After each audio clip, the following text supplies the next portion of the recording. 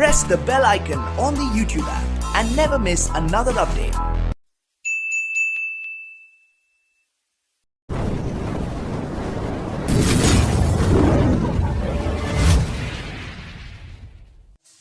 Good morning students, how are you? I think you all are fine. मौसम अच्छा है, पढ़ने में मजा आ रहा है ना? चलिए बच्चों, प्रीवियस क्लास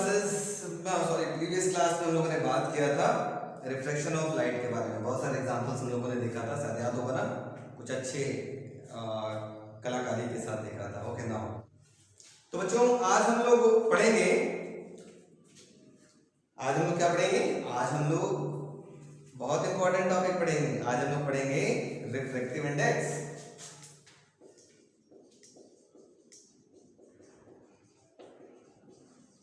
रिफ्रैक्टिव इंडेक्स जिसको n से या म्यू से किसी भी चीज से रिप्रेजेंट किया जाता है बच्चों, ठीक है? तो रिफ्रैक्टिव इंडेक्स क्या होता है? ठीक है, देखते हैं रिफ्रैक्टिव इंडेक्स क्या होता है। रिफ्रैक्टिव इंडेक्स इक्वल टू होता है, ये भी एक रेशियो है किसका? Speed of light in air और vacuum to the speed of light in medium. Air में लाइट की जो स्पीड होती है वो होती है 3 × 10⁸ मीटर पर सेकेंड, और किसी भी मीडियम में जाते ही हमने कल आपको बताया था उसकी स्पीड क्या होती है? चेंज हो जाती है बच्चों, ठीक है? तो what is refractive index? It is the ratio, ये लाइन दिख रहा है, ऊपर भी स्पीड नीचे भी स्पीड, तो हम रेशियो से वर्ड स्टार्ट करते हैं, ठीक है? It is the ratio of speed of light in air और वैक्यूम, फिर इस लाइन को बोलते हैं to the speed of light in medium is called refractive index, ठीक है? समझ आ रहा है? जैसा कि वो फिगर देखिए आपको दिखाई दे रहा है, फिगर में क्या है आपके पास? लाइट किधर से किधर जा रही है? एयर से ग्लास में जा रही है ना? तो उसको कैसे लिखेंगे? ऐसे लिखेंगे, लाइट जा रही है एयर से ग्लास में, या इसको ऐसे लिख सकते हैं, लाइट जा रही है एयर से ग्लास में, ऐसे लाइट जा रही है, ऐसे लाइट जा रही है। पढ़ते उल्टा है बच्चों, इसको पढ़ते कैसे हैं? ऐसे पढ़ते हैं, refractive index of glass with respect to, WRT का मतलब होता है विद रिस्पेक्ट टू एयर। इस तरीके से हम लोग इसको करते हैं, समझना है? Refractive index of glass with respect to air. इसकी वैल्यू कैसे होगी? इसका एक फॉर्मूला है, याद रखिएगा, ANG इक्वल टू होता है रिफ्रैक्टिव इंडेक्स, या आप इसको वही सिंपली आप इसको ऐसे भी बोल सकते हैं, ANG यहां पे भी आप लिख सकते हैं, इक्वल टू ANG, ठीक है? अगर कोई एक मीडियम एयर है दूसरा मीडियम ग्लास है तो आप ऐसे लिख सकते हैं। लेकिन अगर सपोज करिए दोनों ही मीडियम एयर के अलावा कोई अलग मीडियम है, जैसे ऐसे लिखा हो, हम बात करें लाइट जा रही है ग्लास से वाटर में, ऐसे जा रही है, तो इसके लिए एक फॉर्मूला है, आप ऐसे लिखेंगे, refractive index of water with respect to air upon में refractive index of glass with respect to air. ऐसे फॉर्मूला लिखते हैं बच्चों, ये फॉर्मूला है, इसका न्यूमेरिकल्स भी यूज पड़ेगा, ठीक है? मतलब NW को ऊपर लिख लेंगे और NG को नीचे, ऊपर कुछ नहीं दिया है, ऊपर एयर लिख लेते हैं, ठीक है? फॉर्मूला नंबर 1 हो गया। फॉर्मूला नंबर 2 हो गया, आप इसको ऐसे लिख सकते हैं, G and W लिखा है तो इसको आप 1 अपॉन में ऐसे लिख सकते हैं, WNG लिख सकते हैं, मतलब water with respect to glass है तो इसको रेसिप्रोकल में क्या लिख सकते हैं? Glass with respect to water. ये दो फॉर्मूला समझ में आया बच्चों? ठीक है, सो क्लियर हुआ? तो हम लोग नेक्स्ट टॉपिक देखते हैं बच्चों। एक और बात आपको बता दूं, रिफ्रैक्टिव इंडेक्स की कोई यूनिट नहीं होती है, ठीक है? क्यों नहीं यूनिट होती है? क्योंकि ऊपर में देखिए मीटर पर सेकंड है, वेलोसिटी यहां पे भी यहां मीटर पर सेकंड, दोनों कैंसिल हो जाएगा, तो हम कहेंगे इसका कोई यूनिट नहीं होता है, ठीक है बच्चों? चलिए हम लोग नेक्स्ट टॉपिक देखते हैं। आज हम लोग बात करते हैं laws of refraction of light के बारे में, है ना। तो यहाँ पे आपके पास एक फिगर दिख रहा होगा, दिख रहा है क्या? यहाँ पे आपके पास इंसिडेंट रे आया, सरफेस से टकराया, है ना। जैसे सरफेस से टकराया, first of all you have to draw normal draw किया। उसके बाद लाइट क्या होगा, देखो बच्चों, लाइट दूसरे मीडियम में गया और नॉर्मल की तरफ बेंड हुआ, रिफ्लेक्शन हो रहा है ना। रिफ्लेक्शन क्या होता है, लाइट की पाथ भी चेंज होती है और साथ में मीडियम भी चेंज होता है। तो देखिए नॉर्मल की तरफ बेंड हुआ, ठीक है।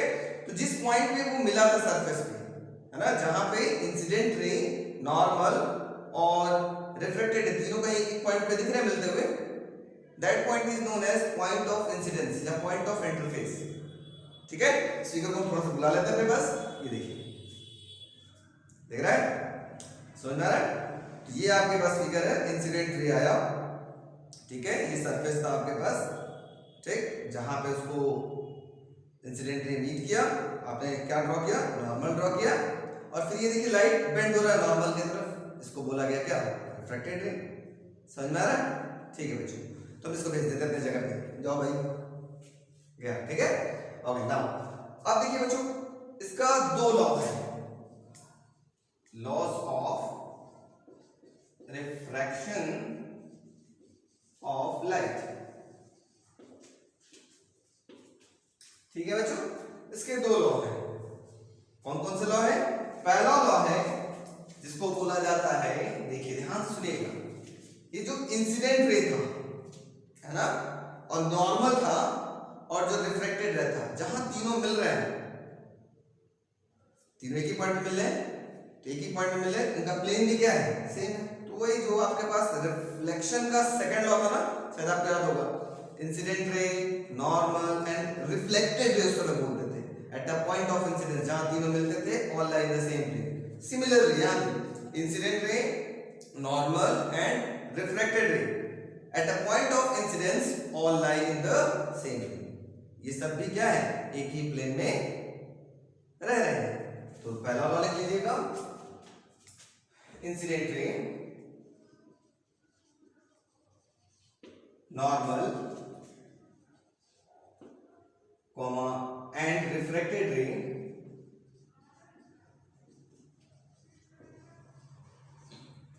at a point of incidence all lie in the same plane, ठीक है, ये समझ में आ गया। ये आपके पास था फर्स्ट लॉ। सेकेंड लॉ में क्या होगा, बड़ा सिंपल है, देखिए रेयर मीडियम एंगल कितना है, आई है, इसको एंगल ऑफ इंसिडेंस बोला। डेंसर मीडियम में क्या है, एंगल आर है, एंगल आर क्या है, एंगल ऑफ रिफ्रैक्शन है ना। तो बड़ा सिंपल सा है, ये बोलता है कि जो ऊपर वाला एंगल है उसको अगर हम इन दोनों का रेशियो ले ले, sine of angle of i और sine of angle of, sine का मतलब उधर आपने मैथमेटिक्स में आप पढ़ेंगे, ट्रिग्नोमेट्रिक फंक्शंस बच्चों पढ़ेंगे, आप लोग ट्रिग्नोमेट्रिक आइडेंटिटीज वगैरह पढ़ेंगे, उसमें sine theta, cos theta, tan theta के बारे में आप स्टडी करेंगे, ठीक है बच्चों। तो अगर हम ऊपर वाले एंगल का, जो भी ऊपर वाला एंगल है उसका साइन ऑफ एंगल ले लें, और जो भी सेकंड मीडियम का उसका साइन ऑफ एंगल ले लें, इन दोनों का रेशियो क्या होगा, वो कांस्टेंट होगा, जो किसके बराबर होता है, जो कि होता है आपके पास रिफ्रैक्टिव इंडेक्स के बराबर होता है, जो कि अभी आपने पढ़ा है c/v होता है। c क्या है, speed of light in air और वैक्यूम, और v क्या है, speed of light in a medium. इसको ऐसे लिख सकते हैं 3 × 10⁸ मीटर पर सेकेंड अपॉन में v। v का मतलब, अब जैसे देखिए ऊपर एयर था, तो एयर में आपको पता है स्पीड इतनी होती है, और नीचे आपके पास क्या दिख रहा है, ग्लास, ग्लास में आपको स्पीड नहीं पता है, तो उसको हम v लिख सकते हैं, ठीक है बच्चों, समझ में आया। तो सेकंड लॉ क्या होगा, ये तो सेकंड लॉ का स्टेटमेंट क्या होगा, the ratio of sine, SINE से पूरा इसको लिखते हैं, sine of angle of incidence to the sine of angle of refraction remains constant for a given pair of medium. ठीक है, जो sine of angle of incidence और sine of angle of reflection, इन दोनों का रेशियो किसके बराबर होगा? कांस्टेंट। रिफ्रैक्टिव इंडेक्स कांस्टेंट होता है बच्चों, है ना, इसके बराबर होता है। ये आपके पास सेकंड लॉ हुआ। इस लॉ को आप एक और नाम से बड़ा फेमस होता है, इसको हम बोलते हैं स्नेल्स लॉ। कभी कभी बोर्ड एग्जाम में सिंपली पूछ देगा स्टेट स्नेल्स लॉ, तो आप सिंपली सेकंड वाला लॉ को आप लिख देंगे, तो ये आपके पास स्नेल्स लॉ के बारे में आप बता देंगे। ठीक है, अगर पूछता है state the laws of refraction of light, तो आपको दोनों लॉ लिखने पड़ेंगे और साथ में ये फिगर भी बनाना पड़ेगा। ठीक है बच्चों, ओके, नए टॉपिक के साथ मिलेंगे, नए जोश के साथ मिलेंगे और बहुत इंपॉर्टेंट टॉपिक के साथ मिलेंगे। ठीक है बच्चों, थैंक यू, आज के लिए इतना ही। थैंक यू बच्चों।